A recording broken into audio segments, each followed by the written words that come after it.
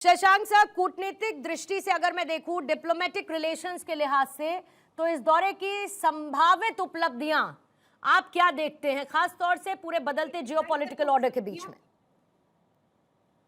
देखिए, इसराइल और भारत दोनों ही डेमोक्रेसीज हैं, दोनों में तरह तरह के विचार उठते हैं। तो इसराइल में भी इस तरह की बातें उठी हैं कि उनके सुप्रीम कोर्ट की चीफ जस्टिस को नहीं बुलाया जा रहा खाने के ऊपर। हमारे यहाँ बातें उठती हैं कि साहब ऐसे में क्यों जा रहे हैं जब ईरान के ऊपर हमले की आकांक्षा है और पैलेस्टीनियंस के राइट्स के बारे में हम बात नहीं कर रहे हैं। तो मेरे ख्याल से ये सब बातें जरूर उठेंगी, लेकिन कूटनीतिक दृष्टि से मेरा कहना ये है कि जो भी हमारे हित में है, हमारे देश के हित में बहुत आवश्यक है और मेरे ख्याल से बिल्कुल सामयिक है कि हमको ये सब करना पड़ रहा है। हमारे पास हमने देखा है कि जिस तरीके के हालात बन रहे हैं, अनिश्चित टाइप की नीतियां बन रही हैं, सब देशों के ऊपर दबाव पड़ रहा है, एलाइज नहीं रहे हैं, दोस्त नहीं रहे हैं। ऐसे में जो है हमको ध्यान ये रखना है कि अगर हमारे पड़ोसी आपस में मिलकर हमारे ऊपर किसी तरह का आतंकवाद का या किसी और तरीके का हमले का प्रयास करते हैं तो हम कैसे अपने को संभालेंगे, अपने किस तरह के हितों की रक्षा करेंगे, वो बहुत आवश्यक है।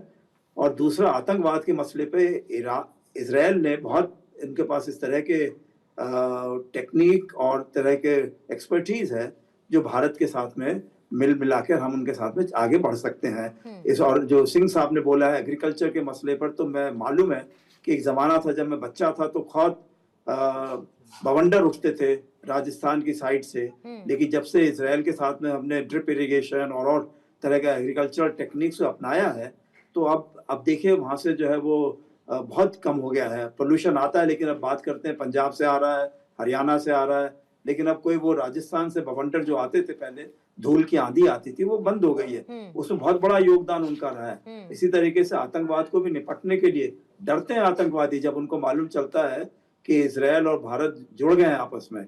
तो हमारे ख्याल से बहुत आवश्यक है। हमने देखा है कि अमेरिका हमारा दोस्ती करना चाहता था, उसने कहा था कि डिफाइनिंग पार्टनरशिप होगी इस सेंचुरी की, लेकिन जैसे ही मौका मिला उनको क्रिप्टो करेंसी बनाने का या कुछ और अपने फायदे उठाने का, तो उन्होंने फौरन पाकिस्तान के नेताओं को, राष्ट्राध्यक्ष को और उनके जो आर्मी के चीफ हैं उनको मदद करना अपने कहना शुरू कर दिया कि बहुत बढ़िया आदमी है, उनको खाना खिलाएंगे, बहुत अच्छे तरीके से रखेंगे, और उन्होंने हमको नोबेल प्राइज के लिए रेकमेंड कर दिया है। तो मतलब कि ऐसा आतंकवादियों को जो खुद डायरेक्टली इनडायरेक्टली सपोर्ट करते हैं वो किसी को नोबेल प्राइज का कर देते हैं तो वो खुश होके अपने तरीके से बात करने लगते हैं। भारत के ऊपर वो कहते हैं 100% या 500% लगा देंगे। तो भारत के अपने हितों की रक्षा करनी बहुत आवश्यक है। हमारे को जो है, अगर ये ध्यान सरकार नहीं करेगी तो कौन करेगी? हम अपना और भारत लगातार इस बात को हमेशा हर मंच पे दोहराता भी रहा है कि राष्ट्रीय हित सर्वोपरि है। राष्ट्रीय हित को लेकर पहले हमें सोचना पड़ेगा, भारत की संप्रभुता की रक्षा करनी है, इसको भी सोचना पड़ेगा कि कैसे।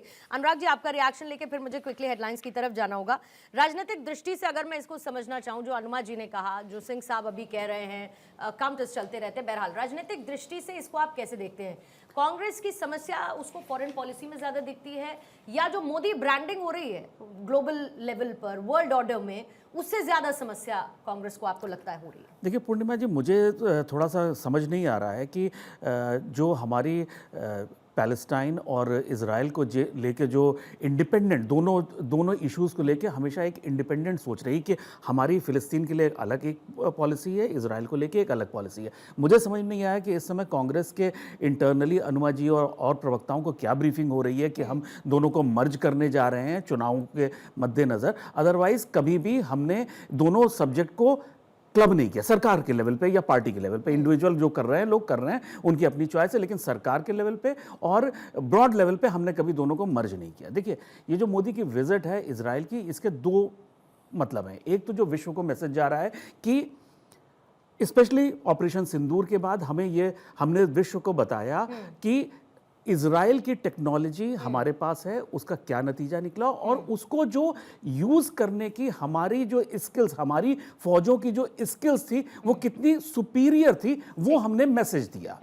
नंबर दो, जो इंटरनल मैसेज जा रहा है वो शायद अरुणिमा को ज्यादा परेशान कर रहा है कि आपका वोट बैंक इससे कहीं आपसे फर्दर नाराज ना हो जाए कि आप सरकार को इस मामले पे घेर नहीं पा रहे हो। कि आप अगर इस समय सोशल मीडिया पे देखिए तो लोग इवन प्रियंका जी भी जो है पैलेस्टाइन को लेके बातें कर रही हैं।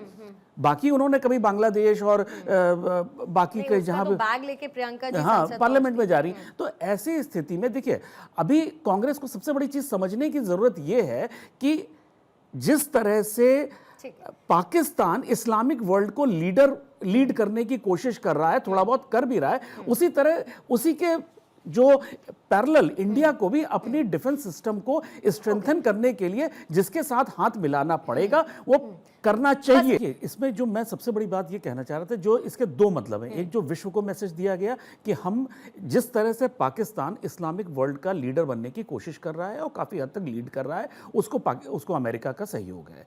दूसरी तरफ इंडिया को अपने डिफेंस के लिए अगर इजराइल से हाथ मिलाना पड़ रहा है और उसकी टेक्नोलॉजी हमने दिखा दी, उसकी हैंडलिंग जो इंडियन फोर्सेस की जो उसकी हैंडलिंग सुपीरियर तरीके से की गई उसका हमने असर दिखा दिया।